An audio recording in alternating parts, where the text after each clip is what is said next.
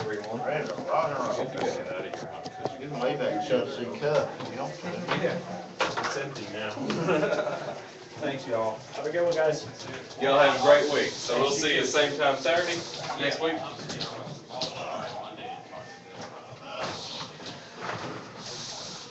Alright, if you guys want to make up like a official opening intro, you guys can do that. Just let me know. We're on the internet. All right, guys. We make it sound like we make, are we on? We're on. We're on radio too. Boy, Well, ain't technology amazing? Bob Andrews ain't here, folks, so welcome to the Wild Bob and Ron, or the Wild Ron Show today, with guest speakers, R.L. Henson, And somebody else. and yours truly, Hazel Valley, better known as Jerry Kidd, the Captain Kidd, the pirate of talk radio. What do you want to talk about today? Well, if anybody wants to call in, we got a phone here. The number's 562-3557. If you're on the internet and want to call long distance, precede all this with area code 423. But call 562-3557 or 566-1450. We're on AM and FM. FM 100.9. Folks, We're also on, the internet, worldwide Ustream internet. right now, cause the other TV, the pointer's messed up, but I'm working on it. Folks, we like to talk about local politics, national politics, and other issues that might be of paramount interest and concern. And one of the things I'd like to start this show off with is R.L. Henson, who completed the 3rd grade somewhere, but that was back in the days when a 3rd grade education meant you had an education. But anyway, he has been wondering what the definition of education is, and I think he has finally found it. And I've asked plenty of people who have the degrees and whatever else to give me the definition of what an educated person is. Well, you know, a wise old professor, R.L., told me one time that the sole purpose of education is to know bull crap when you encounter it. And that's, yeah. So that's a pretty good, you know, whether you're reading it or listening to it or watching it on TV, to be able to recognize it when you encounter it. Well, And that, I always thought that was a pretty good definition of education. that's enough so you can survive by all means. And I used to tell a story about by the time I was finished the 3rd grade, I knew everything I needed to know to survive. And the simple laws of physics and whatever, and gravity and inertia and all that good But stuff. that's, according to your definition there, that's not education. Well, according to this, and like I say, I've asked many a person that proclaimed to be educated to give me the definition. And I get a lot of stuttered and whatever, and I always get that, well, now that's a good question. Well, I didn't get the good answer, but anyhow, last week in the comics, Snuffy Smith, they had an article in there, and I don't know what the little feller's name is. I think they call him Tater. Anyhow, what it boils down to is he wanted to know why he had to go to school, and his uncle asked him. Tater's his brother. Tater's his brother, okay. What is that kid's name? I don't know what his Snuffy name is. Jr. Yeah, I'm trying It to may be. But anyhow, he said, I don't want to go to school, Uncle Snuffy. So Uncle Snuffy says, don't you want to be smart, Jughead? That's his name, Jughead. Okay, I Yeah. thought, I said Jughead, but I Yeah. remember there's a Jughead in Archie Andrews too. And Well- by the way, that Snuffy's kid is Tater, that's his nephew there. Well, What's Snuffy Jughead have to say now? Well, Snuffy says, no, well, he asked, and Jughead, well, he says, don't you want to be smart, Jughead? And Jughead says, no, I want to be like you. Well, then Jughead says, why do I have to go to school, Uncle Snuffy? Says, Aunt Louise can teach me all I need to know. Uncle Snuffy says, yep. Says, that's true, Jughead, but he said, it's them things you don't need to know that make you an educated feller? Buddy, that's as good a definition as I've ever heard, 'cause it seems like we all go to school to learn things we don't need to know. Yep. Being such a vast storehouse of useless knowledge like I am, I can tell you this education ain't what it's cracked up to be. But the more stuff we know that we don't need to know, the more educated we are, So, and the less useful we are. according to the way it's defined in the comics and other places, it all boils down to knowing a lot of stuff you don't need to know nohow. Well, I know one thing about education. It seems like every time I take a graduate course or go to graduate school or, seems like I learn how much I don't know. It's like you go to one of these classes and they begin you teaching and stuff and they give you several books to read, and all of a sudden you realize there's a lot of stuff out there, and even what you learn in that course only touches the tip of the iceberg. But what do you use? Do you need it? Well, I like to say that if you take what you know and learn new stuff, and you're able to take a thesis and an antithesis and synthesize the two, then you've moved your homeostatic balance forward. So you have become a more educated person. Okay. And you know more that you don't need to know. Well, I've learned through life, and there's a lot of stuff, and I just call it useless trivia, because that's what it is to most people. But But ain't useless trivia fun? oh, it is. I mean, it's, you know, you can really have a lot of joy out of knowing things you don't need to know. But, you can learn something every day just by paying attention. The best way, it seems to me like, is learn from other people's mistakes if you can. Try not to make the same ones they make. Make your own, but learn from other people's. you know, another thing is I think education should also teach people how to overcome the propaganda embedded in the dogma of our educational institutions and the curriculum with which they feed to children and adults in college and graduate school, because we are propagandized to the point to where it's sometimes horrifying. Let me give you one small, quick example. The American Civil War. We've always known it as the Civil War, right? Mm-hmm. Civil War between the North and the South. Did you know during the entire 4 years of that war, it was never referred to as a Civil War? War between the states, It wasn't it? wasn't a civil war. And then after the war, there were several years it was never referred to by the media. You know, back then they didn't have TV or shortwave radio But they did have the like- telegraph. But they did have a telegraph and newspapers. We had print media. Yeah, but it was never referred to as a Civil War for years. It was only when, By the definition of civil war, it was not a civil war. no, it was nowhere near a Civil War. Mm-hmm. But that's all it's referred to now is the Civil War.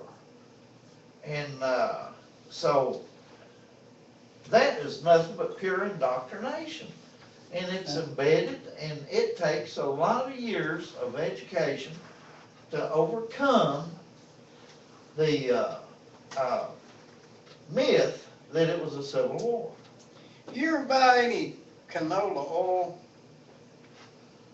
Yeah, everybody's used canola Yeah. oil, but it's not canola, is it? You know why you buying canola oil and used to they couldn't give it away? Because it's called a corn oil? No, I give up. it was called rapeseed oil. Whoa, boy. Mosquito flying around right there, I believe on. Well, anyway, nobody would buy rapeseed oil, so they changed the name of it. Done quite well. Well, you know, It's used just to, like nobody used to pay $5 a cup for coffee, but Starbucks figured out how to do it. how to, but you know, used to nobody ate breakfast.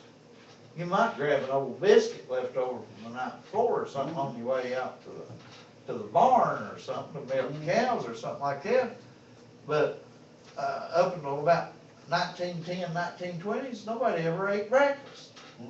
And, the egg companies and the pork manufacturers and the farmers and people who wanted to sell sausage and eggs and bacon and ham and, gravy and stuff like that, propagandized the American people into thinking that breakfast is the most important meal of the day, and you were required to have a huge breakfast to make it through the day, or at least make it to lunch. And so they began selling milk and eggs and more coffee and more milk and more ham and more sausage.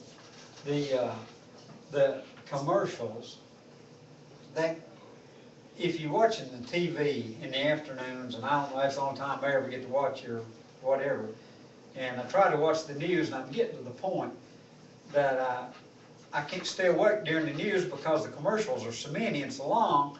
For that 30 minutes of news, you probably get 8 minutes of news, and the rest is commercials. Don't you listen to Coast AM sometimes? Oh, yeah. They don't have much time for talking, they're too busy Yeah. doing commercials. But Coast to Coast used to be a real good program for, especially for night drivers. Well, you know, Had a lot don't of you junk, think but- we have to have more commercials now simply because there's so many more avenues of advertising, or so many more channels. Like, I remember when we had only 2 TV channels coming out of Knoxville.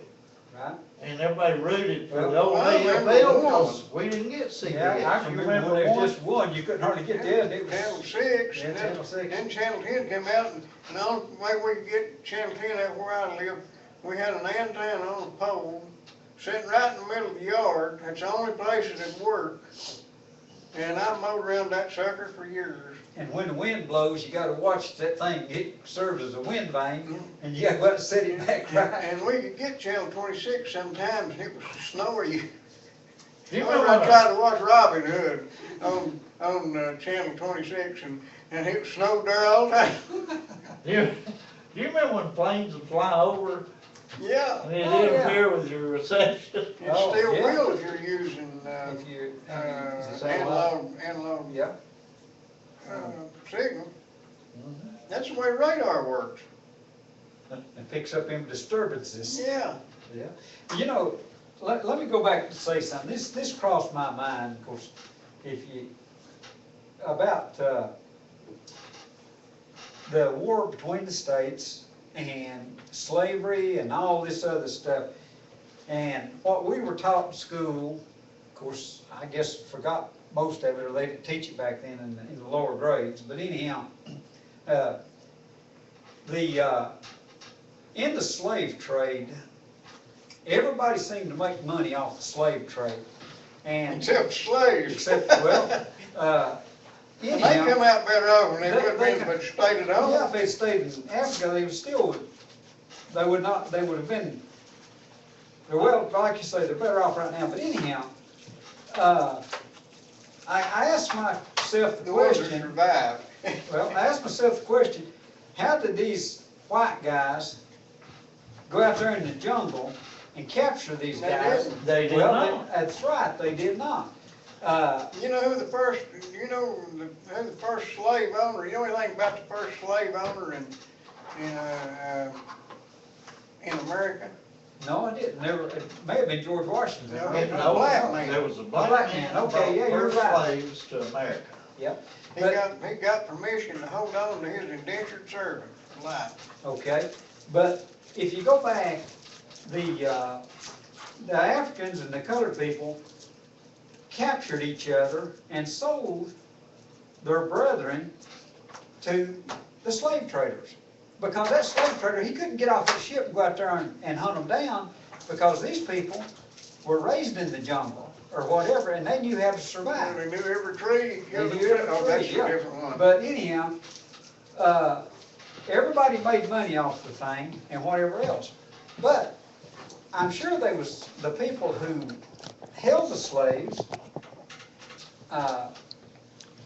from the plantations or whatever, they must have made a profit off of it, but yet it was, it wasn't all profit. I mean, because if you had a slave, you had to keep them in good health, and When they tried to overload the ships, they lost a lot on the way yeah. over.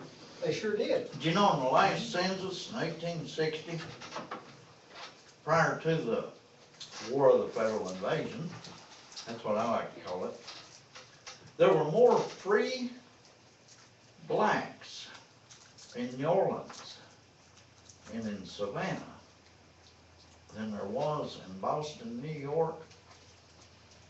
And Well, now, Philadelphia combined. the demographics of that, but you're sort of talking about numbers, but percentage-wise, was a percentage-wise more? No, all I'm No, saying is the demographic, number. yeah, the numbers, right.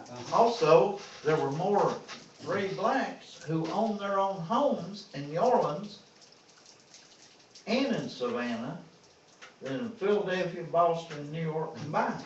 Well, let me take another angle on this. The, We can think about opening up slave trade again, are we? no, it's just, Not with Jesse Jackson, Al Sharpton running it's, around out there. I'm going back on kind of thinking through some of what we were taught in the school and what we weren't taught. And the white man, or the settlers, let me put it that way, I don't know what color they was, but anyhow, the settlers came here and they wanted the Indians' property. Or, I don't know that the Indians, he didn't have a deed or anything, he just laid claim to this valley, to that valley, and a lot of it, Actually, most of the Indians didn't understand the concept of owning property. no, they didn't think, that wasn't their It's kind of idea. like owning air, they Yeah. thought. They used these property, or this, Don't give Cliff Jennings any ideas there now, He's Ronnie. gonna tax, he's gonna put a carbon We tax don't tax on that it. air. yeah. Every time you exhale, you're gonna have to pay tax. Yeah, We'll but have, anyhow, Hey, we got some help. we got help. Anyhow, the settlers came here, and they're good, bad, and indifferent in every group. But anyhow, why did the settlers not capture Indians for slaves? They wouldn't, they wouldn't, they were the were wrong culture. Well, they were free, warlike, and whatever. Is that? Well, they had problems. They tried to enslave the Indians, but, they knew where to go when they run off yeah, but too. they'd also, instead of accepting, being owned, I mean, they didn't believe in owning any kind of property. Right. So, I mean, they just sat down and died. They'd grieve themselves to death. They wouldn't, They didn't go for being No. owned, huh? no. Well, some of them, like the Apache and whatever, they kind of had well, they defend themselves or fight before they'd be enslaved. But anyhow, it also came down to, we talk about barbaric stuff, a lot of the first settlers or whatever that came here, they sold scalps. They would scalp the Indians. Yeah, I know. And They put a you know bounty how- on them. you know how scalps- Seeing out the flock. Well, Scalps came about was. yeah, it was started. Take for example, the Livingston family of New York, who, a member of that family was on the first Supreme Court of the United States. Another member served as the first governor of New York. Signed the Declaration of Independence, That's too, right, didn't the you? Livingstons were very important to the beginning of America as a nation, and as a colony before that. But what the Livingstons would do is they dealt in a lot of real estate. Well, the Indians lived on most of the land in upstate New York, but you got a lot of immigrants coming in that they wanted to sell that land to, and it would go to about $1 an acre. But they had to get the Indians off the land. So they'd pay thugs in New York to go out and attack these villages and basically just murder the whole tribe. And then take that whole area and then set it up for real estate. And the thugs got paid based on the scalps they brought back. And I need to tell you something. This little cold wave that we had to come in, you know, people shivering and maybe covering up their tomato plants and stuff, closing the windows and Feller ain't got no heat, he's in trouble. What we need is that there old feller from down there in the middle of the road in Sawmill Holler to sell some propane. Any help around here? None that I know of. You don't know anybody that sells propane, do you? No, I don't. Well, I've Well, heard we're gonna of, have to find somebody. I've heard of a phone number, is it 562-544444? You got too many fours on it. 44. Well, now listen. Gotta have a red light on them fours Ain't out nobody there. tell us as much about propane as you can. I mean, you're the guy that Hank, what's his name, calls when he's got questions. Talk to Thank us, you. Digger. Okay. Okay, I'm all lined up here. I didn't come here to do this. I didn't come here to advertise. Real live commercial. I just got a thing I want to talk about that soon. Okay, we'll do a commercial, Let's do the okay. commercial, then you can Let's talk about do the a commercial. thing. Now, I got a thing to talk about. Okay. Okay, I got I've got bigger tanks ordered. I hadn't got them. Don't be guaranteed that I'm gonna get them, but let me say this, I got plenty of 20-pound cylinders. And I'm selling them full, and that will have 20 pound of them for $36. And I'm gonna do that the rest of this month. And you, And that's about the price of the tank at Walmart. yeah, that's the price for a tank. Well, I went to put one of them 20-pound tanks on my tow motor the other day, and that seemed to me like it weighed a lot more than any 20 pound. And all I could do was muscle that thing up there. It had to hit that 20 pound of gas in it. But it was full. And I believe in that. I think you ought to have, if I charge you for 20 pound, I think you ought to leave there with 20. Well, I'll tell you But, what, they, 562-5444. Yeah, I'm open Tuesday through Friday, 8 to 5, and Saturday 8 to 12. Matter of fact, I worked till 12 today, and I went out and done some scouting. And, I'm back. And the number is, and I've got me now, they're on the corner of, Ellison and, Rodner Lane. Yep, that's where you're at. Everybody knows about that. I got me a, stop sign right there in the middle of the road. Yeah, and I'm gonna get me a street sign and put up on top of it. You can tell if that's Rodner Lane, and that's Ellison Road.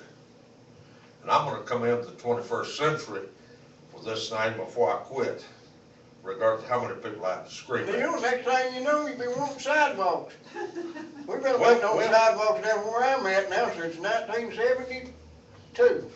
Well, I've been trying to get them. Annexed you, wasn't it? They promised that. In 5 years.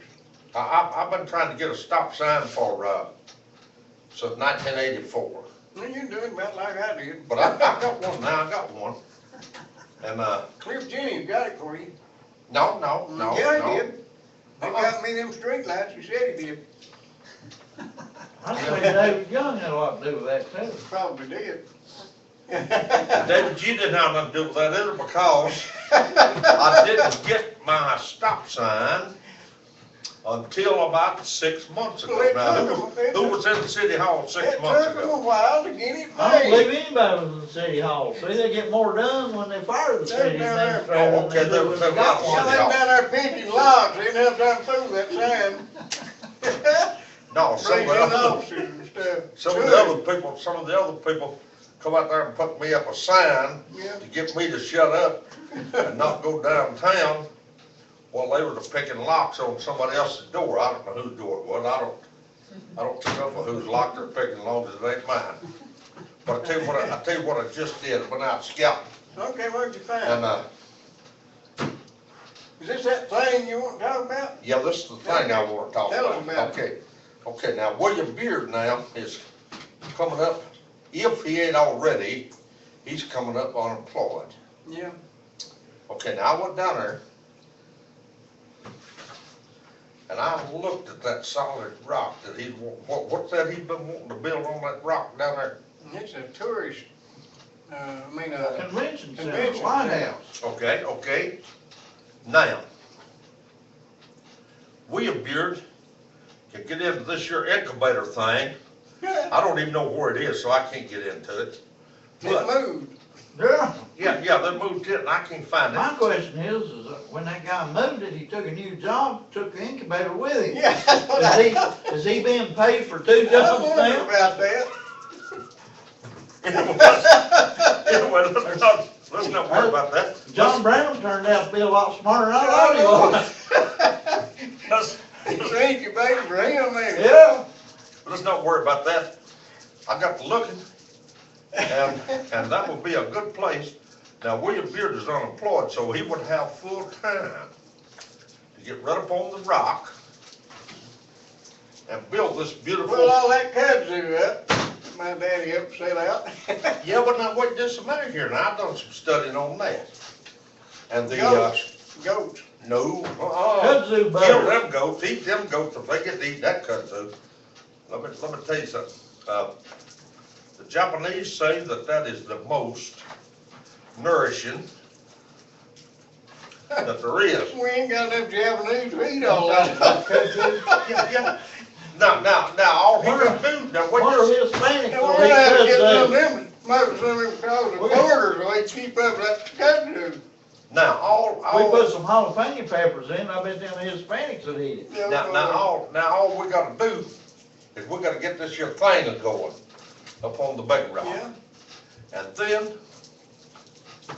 get us a Japanese chef and start serving this kudzu. Ah, great, we have an international restaurant, with Yeah. 5-star deal. Yeah. I mean, this is coming You from know, a you're a whole lot country smarter boy. for a country boy than most people. And not only would We we, cut the chopsticks, all I gotta do, get it started, it grows in the vine. well, if you put it in there and don't get it too hot, it'll grow right in the bowl. You can just. That's icing. But, what I got thinking was we could take, and grow that, kudzu. We could keep it thin by, having us a Japanese cook, chef, and would feed a good expensive, Clientele. yeah, a good clientele, and we could make big bucks. I mean, a lot of these people want to holler, well, no, we don't do that. Hey, I want to make a buck, so I want somebody else to make one too. But, now there, how do you like that? Do you fellas understand where I'm going with this plan? Well, if you put everything together, all the people that were involved, they had somebody down that was, well, anyhow, Bob Fannin went on TV one night and he's backed up on this and says that, what is it, they call it sinking fund and all that stuff that they had back in the old England days that cheated everybody back then even. But, Sure for Nottingham. he says, of course, that we wouldn't have to pay for it or whatever, but we would be held liable. But if you got David Young, he's unemployed too. So you take David and you put Beard together and then you put Fannin with the money, they could go down there and buy that thing and do this great wonder and the citizens wouldn't be involved in it. But Well, I've got an observation. but that is a piece of state land, if I'm not mistaken, and they can get that because it's going to be a job creator. They can get that for practically nothing. I've got an observation here, guys. You keep wanting to hire all these unemployed people. We definitely don't want to fire this your incubator guy, because obviously his job follows him wherever he goes. We'll have to pay rent on his house if he goes home. Well, I didn't say nothing about firing. I'm saying we can take this and I'm all for this full employment too, buddy. I've said this before, where we mess up is we elect all the smart people to office, all the business people. What we ought to do is leave all them people out of office and let them go out here in private enterprise, and we won't have no unemployment. I've thought of that too. Yeah. By the way, have you noticed that the economy has actually picked up a little over the last 2 or 3 months? At the same time, gas prices went down, and somebody, them clowns in Washington can't figure out how to stimulate the economy like drill, baby, drill. I tell you, Your gas prices, if your electric bill and your gas bill were cut in half, they would be full employment and we'd be going down stealing Mexicans. Yeah, I agree. there's Overhead, and I consider, utilities a form of taxation. Yep. That's artificially high because of, Government Overemployment, controls and the taxes they embed. and that, they get a government, franchise. Basically, they get a monopoly, Are you talking about granted by the utilities, government, yeah. Mhm. Your gas, phone, all that. You know, at one time, there was over 200 phone companies, and they would come into a city or community and compete with each other, and you Yeah, get a they, phone for yeah, they go nothing. saw down people's poles and everything. Yeah. They did. They had so much competition in utilities originally. One of the reasons they quit, and the same reason with railroads, people were sabotaging the other guy's stuff, and telephone poles falling, killing babies and everything. That might be a little bit of an exaggeration. Well, the competition kept the price down, and then, I think it was AT&T figured out that, it was cheaper to buy off the politicians, the mayors and the city councilmen, than it was to compete. That's correct. And they began to purchase franchises or monopolies. Or And that's how all politicians. that came about. Well, you just Yeah, remember- they began to buy them off, You yeah. remember By back, politicians. and Yeah. you gotta give Jimmy Carter some of the credit for this, believe it or not, when they deregulated the phone industry, the telecommunication. When that started, we had rotary dial telephones. They had three colors, black and white and Green, olive green. yeah. yeah. I mean, you went around and around with your finger and it'd go click, click, click, click and call somebody. And now, you go down and buy one of these things, call anywhere in the world. I mean, I'm one of them straight talk guys now. I got off that contract thing. I can throw it away if I want to. I can carry the world around in your pocket. And that's mostly because of competition. Of course, they're trying their best to get a lock on the internet, to stifle competition, to control it the same way they control the phone company and done away with the Well, I competition. got news for them. The youth, the intelligent youth, the driving force behind not only the internet, but hacking and other services as well, and the development of a lot of the popular things on the internet, the government will never know how to control. These kids will bypass government regulation and I control. agree, but they will. It's like when Amazon.com started charging sales tax here in Tennessee, I switched to a company that does not charge sales tax. So I don't buy anything from Amazon anymore because the internet's still a free marketplace. And if the government gets control, you won't be able to find these other vendors. You'll only get the ones that it's called crony capitalism, the ones the government decides they want you to buy from. The ones who pay the biggest kickbacks and the most taxation. Yep. Speaking of taxation, folks, there's some talk going around that we have to have a sizable tax increase here in Campbell County on our property tax. you're gonna start that. Well, we have a guy that has a Monday night show, the name of R.L. Gibson. He got on there Monday night and said, we're gonna have an 85 cent tax increase from $1.76 up to about $2 No, a half. we're talking about what they're gonna do in Scott County where he pays taxes. No, here. he's here. He's talking about dictator. here. I'm all for him deciding what they do in his county, but leave Then- ours alone. Then on Wednesday night, we have a guy by the name of Jerry Chadwell that has a show from 8 to 9. He's saying, oh, we don't need as much taxes as R.L. Gibson claims, but we're still gonna have a 25 cent tax increase up to about $2 or $2.10. What does that Now, call? I disagree with both of them. I do too. I do not believe we need a tax increase because when Jeff Marlowe passes out information to try to make his argument, sometimes he releases information that he did not intend to release. And he sent 3 documents to Jerry Chadwell right before his show Wednesday night, and Jerry asked me to look at them and analyze them. Well, a couple of them are short, but one of them was real long, and I couldn't get it done and get back on his show in time.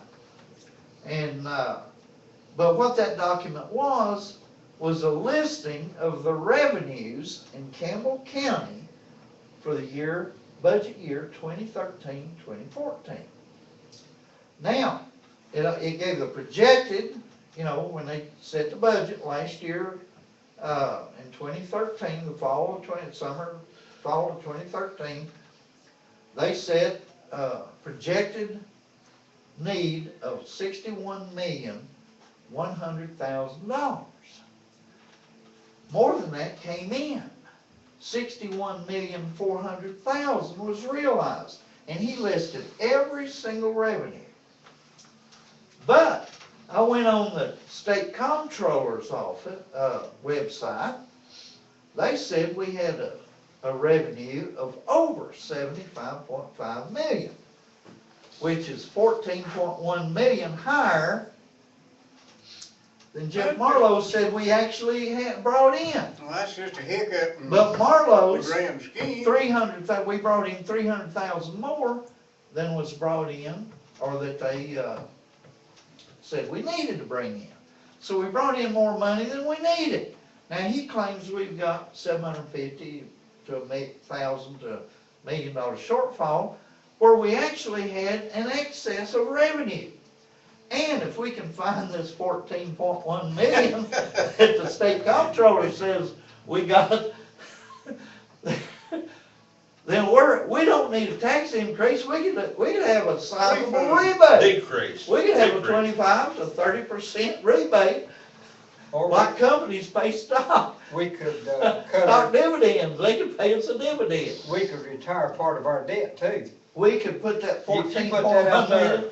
Yeah, Actually, counting what the state says we brought in, and what Jeff Marlowe says we brought in, we would have 14.4 million over what we projected last fall. What- And so, when a man sits in that courtroom and swears up and down, over and over and over, that these solar panels are gonna bring us $166,000 a year. I can't figure out why we ain't got them in every flat spot in this, or even everything without trees in this county, and we could be selling electricity to California. We'd be out of debt in 2 weeks, and everybody'd be smoking Cuban cigars. We could even afford to haul them in over the border. Now, this is another place, Marlowe relinquished some documents to Jim Slusher and Jerry Chadwell, and I don't know if he's trying to pull a rug out from under William Beard and David Young or what, but basically, he gave them documents that showed that it only brought $36,000 in, and that was less, they projected less than $166,000. It didn't even come close to $166,000. You talking about on the solar panel? Yes. You mean we ain't making the money they said we would? You ain't. I'm shocked. After they told us Round it up the was usual gonna, suspects. after they told us it was gonna bring in 166,000, they dropped that projection down to about 38 or 40,000, and they couldn't even reach that. Next thing you know, you tell me they've been selling whiskey down there in that saloon there. What was it? Humphrey Bogart, what was the name of his place? And the old guy, he was shocked. I tell you, shocked. Maybe it was gambling. He didn't know there was any gambling. He said, I'm shocked. It was gambling. That was Yeah, the Frenchman, Casablanca. Yeah, he said, I'm shocked. And round up the usual suspects. By the way, while we're taking a break, we usually let Bob talk about this because he's the king of rotten tomato juice, and that all started when he got a little nip of some of his own tomato juice had been sitting out for months. Anyway, he ended up needing a ride to the hospital, and he chose, I think, probably his best choice he could have made. He called up Vital Care because they got all this modern equipment. They're well managed, and it don't cost the taxpayers any money because they operate as a for-profit business, which it might sound dirty to some people, but that saves the county money, and it also means that if they don't satisfy their customers, they don't do any business. So obviously they're satisfying a lot of people. They've been doing it for a good while now, got a whole lot more experience along down the line. I'm thinking about 30, 40 years altogether, maybe, experience. But they operate the thing in such a way that they can afford the latest in equipment and the best trained people, and not to take away from the county ambulance service, but Battle Care is the way to go. And you can get them by calling 562-9370. That was 562-9370. Or you can call 911 and request Vital Care. Now then, back to taxation without representation here. Well, you know, we don't have a taxation problem. We don't have a revenue problem. As poor as this county is, we are still bringing in revenue. For instance, remember that article in the La Follette Press about the loss of the coal severance tax? Yep. That they brought in less than $5 this past year? Yep. Well, according to Jeff Marlowe's own documents, they brought in close to $250,000 from the coal severance tax, and this came right out of his office. I kept a copy of it. It's dated. He put in the heading, actual budget, actual budget, or proposed revenues, actual revenues for 2013-14. And they proposed $5 and got 200 and something. He said all funds, and he had the funds listed. Mm-hmm. They're numbered, 1 through 189. And the coal severance tax brought in right at $250,000. Now that's quite a bit more than $5. And there was a major front page article in the La Follette Press about the loss of this coal severance tax. Well, now, there's another little thing here that a lot of people don't know, and a lot of people don't get to digging into. But when they put up money, just like they put up money for that jail thing down there, okay, they go over here and they start this account. They put this money in it. Now, they keep this money in there, and they pay this thing out, just like out at Money Hole Park, okay? Money Hole paid, they paid out. Now, they never went back and closed that account. Now, there is thousands still left in the Money Hole Park account. We've got enough money hid in accounts here to where if we went around, closed all the accounts out, and used it for what it was supposed to be used for, we could give somebody beside Marlowe a raise. See? Because, now check that out. Now, he always finds money. Now, Tom Hatmaker's done a great job of pointing out those hidden funds out there. In fact, the Money Hole Park, wasn't there like a $10,000 fund associated with that park that said for optional use or something like that? Yeah, there was something, I can't remember And there what it was was. another one But- with jail or some other project that was like $100,000. But each of these projects can also they can have 2 or 3 accounts, exactly the same as what you're saying, earmarked at different things. Mm-hmm. And you can hide a lot of money in these places. Well, that's what I'm saying. We need somebody to get their Glock on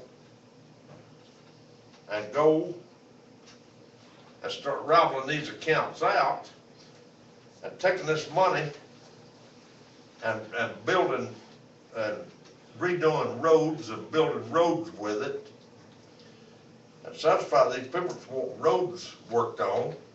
And we've got plenty of money sticking in accounts, and when they come up with when they come up with something where they need a $20,000 or $30,000, $40,000 thing, they just go out here and jerk it out of one of these accounts. If they ain't got it nowhere else, they jerk it out of one of these accounts, and it don't never show. One of the interesting things about this document that Marlowe sent to Jerry Chattel and Jerry forwarded on to me, and I printed off, and it said all funds 1 through 189. but he only showed 142 of them. And it still came out to be $300,000 more than what they projected on their revenue. Now, that right there is the escape clause, cause it was them remaining disappeared things there that ate the money up where the dead No, were. there was 47 more items, even if they were zero.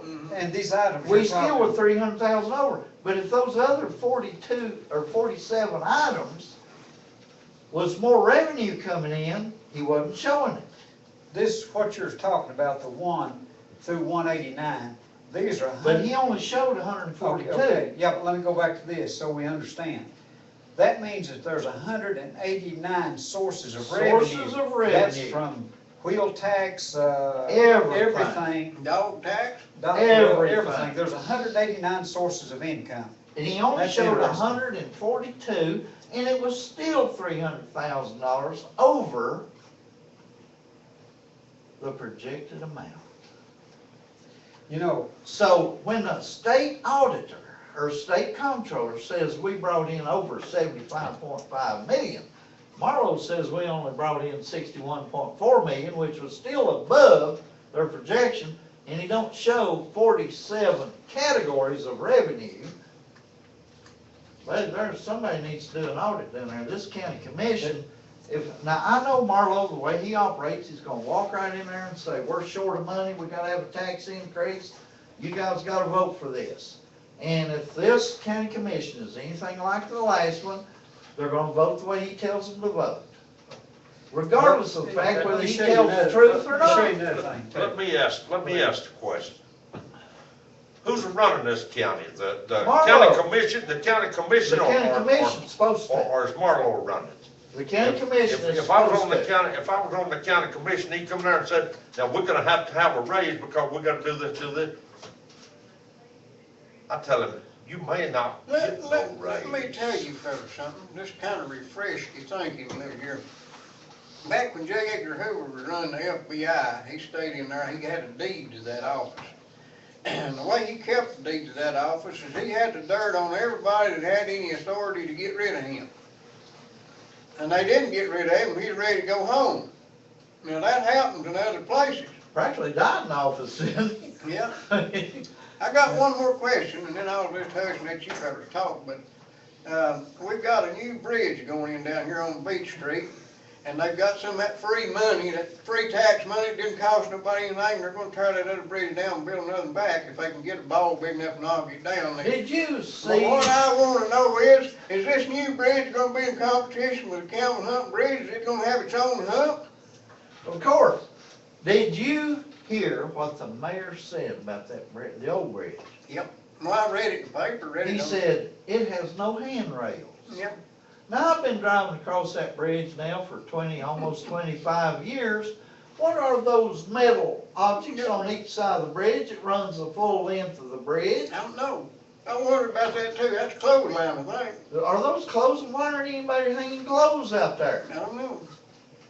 Is there any handprints or fingerprints on them? Or? I'm all for fixing stuff that's tore up, but I'm not for spending even grant money on something that don't need spending on, and it ain't free. First off, every penny they spend is gonna be tax money. It come out of some working man's pocket, working man or woman, that went out there and give some of their life in order to earn that money and create a little wealth so they can take it and spend it on something they get bad out. And the city, I don't know what the ratio is, but I've never seen a grant yet that they didn't have to put in some matching funds. So one way or the other, it's gonna cost us some money to build something we can get bad out, and I don't care how free it is, it ain't free.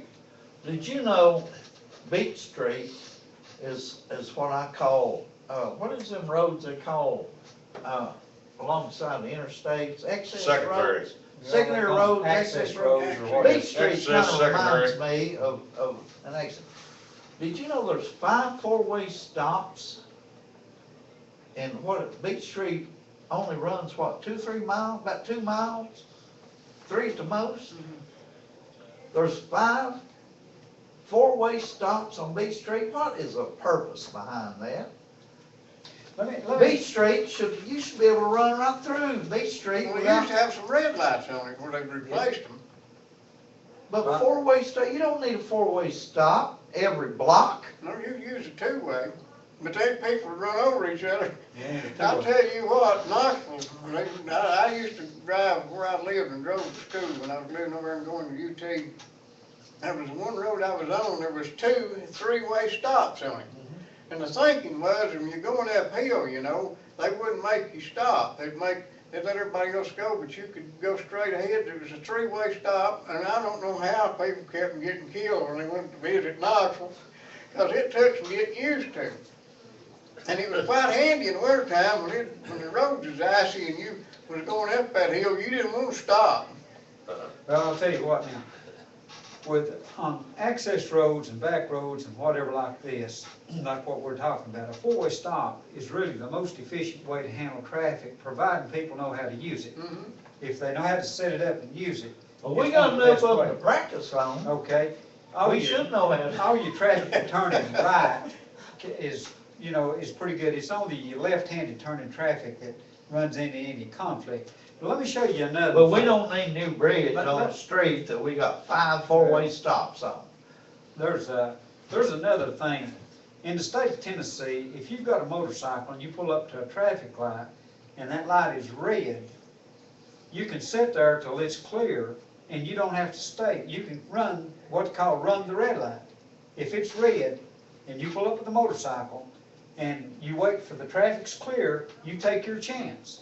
You see what I'm saying? But does it have to have one of those automatic, traffic sensors? Well, how do you know whether that I sensor's know. in there or not? But I think No. that was the purpose That of was it. the purpose of it, because a motorcycle doesn't have enough metal